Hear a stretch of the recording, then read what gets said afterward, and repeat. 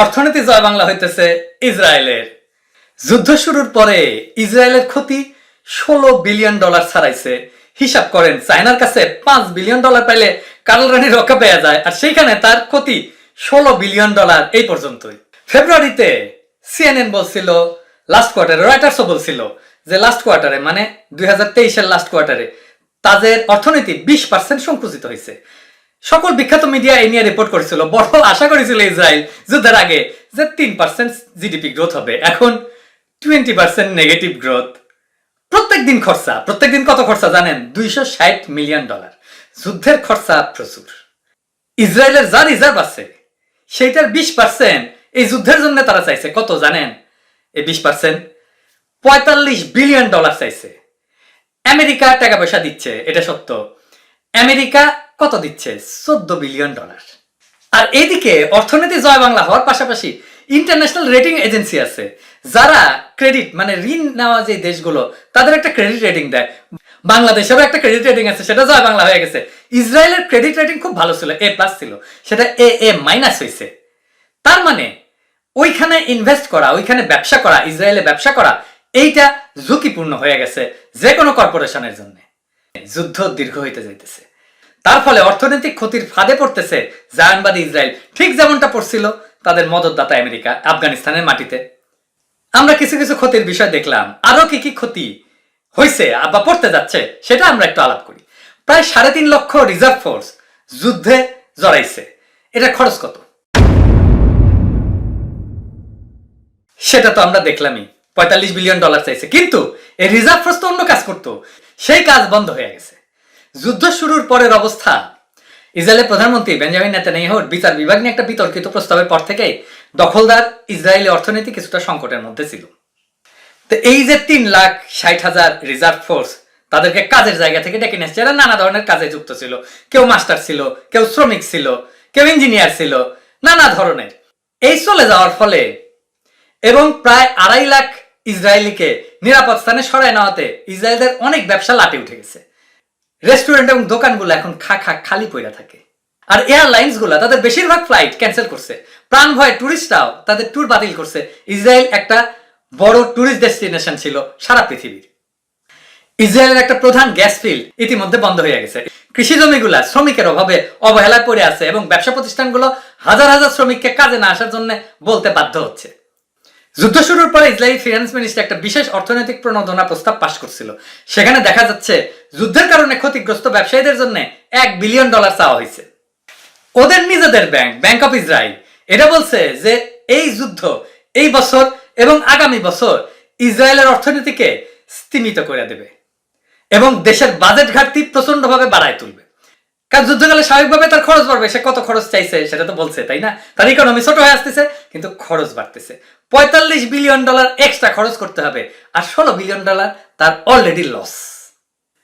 Israel পরিকল্পনা নিছে কি? ইসরায়েল পরিকল্পনা নিছে হামাসকে নিশ্চিহ্ন করে ফেলবে, এবং এইটা একটা অবাস্তব পরিকল্পনা। এটা করতে গেলে অবধারিতভাবে ইসরায়েল একটা দীর্ঘ যুদ্ধের ফাঁদে পা দেবে, বলা যায় ইতিমধ্যে দিয়ে ফেলছে। তাদের গ্যাস এবং খনিজ সম্পদ এটা উত্তোলন, এটা বন্ধ হওয়ার জোগাড়। পূর্ব ভূমধ্যসাগর লেভিয়াথান ফিল্ড থেকে ইসরায়েল একচেটিয়া তেল এবং গ্যাস উত্তোলন করছে। এগুলা বিক্রির জন্য তারা জর্ডান এবং মিশরের সাথে $1 বিলিয়ন চুক্তিও করছিল, যদিও স্থানীয় জনগণ বলে যে এইগুলো ফিলিস্তিন থেকে চুরি করা গ্যাস এবং তেল। যুদ্ধ শুরু হওয়ার পর থেকে মিসাইল থেকে বাঁচার জন্য মার্কিন কোম্পানি শেভরনকে তামার গ্যাস ফিল্ডের প্রোডাকশন বন্ধ রাখতে বলে ইসরায়েল, এবং এনার্জি এক্সপার্টরা মনে করে যে এতে ইসরায়েল প্রত্যেক মাসে $200 মিলিয়ন রেভিনিউ আয় হারাচ্ছে। আর যদি হিজবুল্লাহর যোদ্ধারা ফুল স্কেলে যুদ্ধে জড়ায় তাহলে ইসরায়েলের সবচেয়ে বড় 2টা ফিল্ড সহ আরো 2টা প্রোডাকশন বন্ধ হয়ে যেতে পারে। এছাড়া ডেড সি অঞ্চল আছে না, ওইটা খনিজ সম্পদে ভরপুর। ইসরায়েলের আজদদ পোর্ট অবরুদ্ধ গাজা থেকে মাত্র 20 মাইল দূরে। ওইটা পটাশ রপ্তানির একটা বড় কেন্দ্র। ওয়াল স্ট্রিট স্টক মার্কেট ইতিমধ্যেই সম্ভাব্য পটাশ সাপ্লাই সমস্যার কারণে বেশ উদ্বিগ্ন হয়ে পড়ছে, এবং যুদ্ধ শুরুর পরেই কিছু সারের দাম লাভ দিয়ে বেড়ে গেছে, কারণ পটাশ সার উৎপাদনের একটা প্রয়োজনীয় উপাদান। গাজার এবং পাশাপাশি ওয়েস্ট ব্যাংকেরও অনেক লোক কাজ হারাইছে। শুধু অবরুদ্ধ গাজাতেই কাজ হারাইছে 61% কর্মজীবী। আইএলওর তথ্য অনুযায়ী পশ্চিম তীরে 24% কর্মজীবী কাজ হারাইছে। এবং কর্মী স্বল্পতার কারণে ইসরায়েলে প্রায় 80%-এর বেশি প্রজেক্ট মুখ থুবড়ে পড়ছে। এবং আইএলও বলছে যে এই যুদ্ধের অর্থনৈতিক ক্ষতি সামনের অনেক দিন পর্যন্ত বজায় থাকবে। বড় বড় আমেরিকান প্রযুক্তি কোম্পানিগুলো প্রোডাকশন, রিসার্চ অ্যান্ড ডেভেলপমেন্টের অফিস আছে কিন্তু ইসরায়েলে, যাদের মধ্যে আছে মাইক্রোসফট, অ্যালফাবেট, অ্যাপেল, ওরাকল, ইন্টেলের একটা ম্যানুফ্যাকচারিং কোম্পানিতে ইনভেস্টমেন্ট আছে প্রচুর টাকা, যা গাজা বর্ডার থেকে জাস্ট 30 মিনিটের দূরে। এইগুলো সবই এখন রকেট হামলার আশঙ্কার মধ্যে আছে। ইসরায়েলের রপ্তানির 48% প্রযুক্তি। এই খাতের উন্নতি ধরে রাখা তার অর্থনীতির জন্য অত্যন্ত জরুরি। তো ইসরায়েল সরকারের যেটা ইনোভেশন অথরিটি যুদ্ধকালীন অবস্থা পর্যবেক্ষণ করে দেখছে যে স্টার্ট আপ কোম্পানিগুলা পুঁজি এবং কর্মী এই দুই কমতির দিকে, বিশেষ করে রিজার্ভ ফোর্সের ডাক পড়ায়, কারণ এই রিজার্ভ ফোর্সের অনেকেই এই স্টার্ট আপ কোম্পানিগুলোতে কাজ করত। ইসরায়েল অনেক গর্ব করতো তার হাইটেক কোম্পানিগুলোকে নিয়ে, কিন্তু সেইগুলো যারা কাজ করতো এবং এক্সিকিউটিভ ছিল তাদের 10 থেকে 15% নাই হয়ে গেছে, কারণ 3,60,000 রিজার্ভ ফোর্স মোবিলাইজ করার কারণে ইসরায়েলের মোট কর্মক্ষম জনসংখ্যার 10%ই যুদ্ধে যোগদান করছে। চিন্তা করেন, শুধুমাত্র ঢাকার সকল কর্মক্ষম মানুষের 10 ভাগ যদি যুদ্ধে চলে যায়, ঢাকা শহর কি স্বাভাবিক অর্থনৈতিক কার্যক্রম চালাইতে পারবে? এবং এরা যুবক, এরা তরুণ এবং এরা সক্ষম। আর্মি, নেভি, এয়ারফোর্স সব মিলে ইসরায়েলের প্রতিরক্ষা বাহিনীর সদস্য সংখ্যা 1.5 লাখের মতো। আর এই যুদ্ধে আরো 3.5 লক্ষ রিজার্ভ ফোর্সে ডাকছে। এদের মধ্যে তো আছে, আমি আগেই বলছি, শিক্ষক আছে, প্রযুক্তিবিদ আছে, নতুন উদ্যোক্তা আছে, কৃষক আছে, আইনজীবী আছে, ডাক্তার আছে, নার্স আছে, কর্মী আছে, ট্যুরিজম কর্মী আছে, হোটেল কর্মী আছে, ফ্যাক্টরি শ্রমিক আছে। এরা সবাই তাদের কাছ থেকে এতদিন কিন্তু অ্যাবসেন্ট আছে, উপস্থিত নাই। একদিকে তো উৎপাদনশীলতা কমাই দিছে, অন্যদিকে 3 লাখ অতিরিক্ত ফোর্স এবং তাদের কারো কারো পরিবারগুলোর ভরণ পোষণ করতে হচ্ছে ইসরায়েল সরকারকে, যা এই মুহূর্তে ইসরায়েলের জন্য একটা বড় ব্যয়। তারা কোনো উৎপাদনমূলক কাজে যুক্ত নাই, তারা যে কাজের সাথে যুক্ত ছিল সেটা ক্ষতিগ্রস্ত হয়েছে এবং তার কাজটা আর কেউ করতে পারতেছে না। ইসরায়েলের মুদ্রার নাম হচ্ছে সেকেল। ডলারের বিপরীতে ইসরায়েলি মুদ্রায় সেকেলের মান ক্রমাগত কমেই যাচ্ছে। আর কারালানের মতো সেকেলের মান ধরে রাখার জন্য ইসরায়েলের সেন্ট্রাল ব্যাংক শেষ পর্যন্ত $30 বিলিয়ন ফরেন রিজার্ভ বিক্রি করতে বাধ্য হয়েছে। এরপরে সেকেলের মান ফিরে আসছে। 1995 সাল থেকে ট্যুরিজম খাতে ইসরায়েলের বেশ আয় হচ্ছিল, বছরে $5 বিলিয়ন করে আয় হচ্ছিল। 1919 সালে হয়েছে $8.46 বিলিয়ন। 2020 সালে কোভিডের কারণে কমে গেছিল, কিন্তু 2022 থেকে এটা বাড়ার কথা ছিল, কিন্তু 2023-এর 7 অক্টোবর থেকে এইটা কোভিডের সময়ের চাইতেও কমে আসছে। যুদ্ধ শুরু হওয়ার পর থেকে ইসরায়েলের বিভিন্ন এলাকায় ক্ষণে ক্ষণে সাইরেন বাজতেছে হামাসের রকেটের ভয়। এমনকি এরা জানে যে হিজবুল্লাহর হাতে এমন রকেট আছে যেগুলো ইসরায়েলের পুরো এলাকা কভার করতে পারে। অতএব বলাই বাহুল্য, এই ইসরায়েলে কে আসবে যুদ্ধের মধ্যে বেড়াইতে? এর মধ্যে 2 লাখ ইসরায়েলিকে অন্য জায়গায় সরাই ফেলতে হয়েছে, তাদেরকে হোটেলে রাখতে বাধ্য হচ্ছে সরকার, যে কারণে ইসরায়েলি সরকারের বিশাল একটা খরচ হচ্ছে। ইসরায়েলে 20,000 আমেরিকান ছিল যারা ইসরায়েল এবং গাজায় ছিল, তারা প্রথম সপ্তাহে বের হওয়ার জন্য চেষ্টা চালাচ্ছে। অবশ্য এখনো আসল সংখ্যা জানা যায়নি কতজন ইতিমধ্যে ইসরায়েল থেকে চলে গেছে। এছাড়া যুদ্ধ শুরু হওয়ার পর থেকে যাদের সুবিধা আছে তারা সে সমস্ত ইসরায়েলি অনেকেই রোম, সাইপ্রাস, গ্রিসে চলে যাচ্ছে, ইউরোপে চলে আসতেছে। এইসবের কারণে ইসরায়েলের ইকোনমিতে এক ধরনের অস্থিরতা কাজ করতেছে। 1973 সালে আরব ইসরায়েল যুদ্ধের পরে মধ্যপ্রাচ্যে তেল রপ্তানিকারক দেশগুলা দখলদার ইসরায়েলের উপরে অয়েল এম্বার্গো দেয়। তখন দখলদার ইসরায়েলের পাশাপাশি মদতদাতা যুক্তরাষ্ট্রকেও ভোগ করতে হয়েছিল এক তেল নিষেধাজ্ঞার ফল, যা তাদের জাতীয় অর্থনীতির উপরে যথেষ্ট প্রভাব ফেলছিল।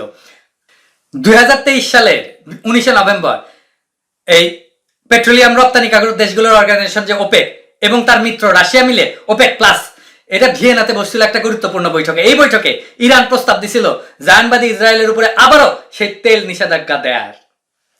যদিও এই বৈঠকে এমন কোনো সিদ্ধান্ত হয়নি, কিন্তু যুদ্ধের ব্যাপ্তির কারণে যদি অদূর ভবিষ্যতে বর্ণবাদী ইসরায়েলের উপরে এই তেল নিষেধাজ্ঞা দেওয়া হয়, তা হবে ইসরায়েলের জন্য একটা জীবন মরণ সমস্যা। এবার আসেন দেখি আন্তর্জাতিক রাজনীতিতে কি প্রভাব পড়ছে। আরব বিশ্বে আব্রাহাম অ্যাকর্ড বলে একটা চুক্তি হয়েছিল, আরব দেশ আর ইসরায়েলের মধ্যে সম্পর্ক একটা স্বাভাবিকীকরণের একটা ব্যবস্থা নেবে। এর মধ্যে অনেকেই যুক্ত ছিল, মানে সংযুক্ত আরব আমিরাত, বাহরাইন, এরা ছিল। এটার মধ্যস্থতা করছিল আমেরিকা। আব্রাহাম অ্যাকর্ড কেন? তার মানে হইতেছে যে তারা বলতে চাচ্ছে যে আমরা সকলেই হযরত ইব্রাহিমের উম্মত, তো দুই ধর্মেরই লোক, তো আসো আমরা মিলেমিশে থাকি আর কি। কিন্তু এই আব্রাহাম অ্যাকর্ডের এই সম্পর্ক স্বাভাবিকীকরণ প্রক্রিয়া এটা থমকে গেছে। শুধু থমকে গেছে না, অনেকে এখান থেকে পিছু টান দিতেছে। দক্ষিণ আফ্রিকা ইসরায়েলের বিরুদ্ধে আন্তর্জাতিক ক্রিমিনাল কোর্টে মামলা দিছে, আর এই মামলায় পাশে দাঁড়াইছে মিশর। মিশর হচ্ছে সেই দেশ যে 1979 সালে প্রথম ইসরায়েলের সাথে শান্তি চুক্তি করছিল।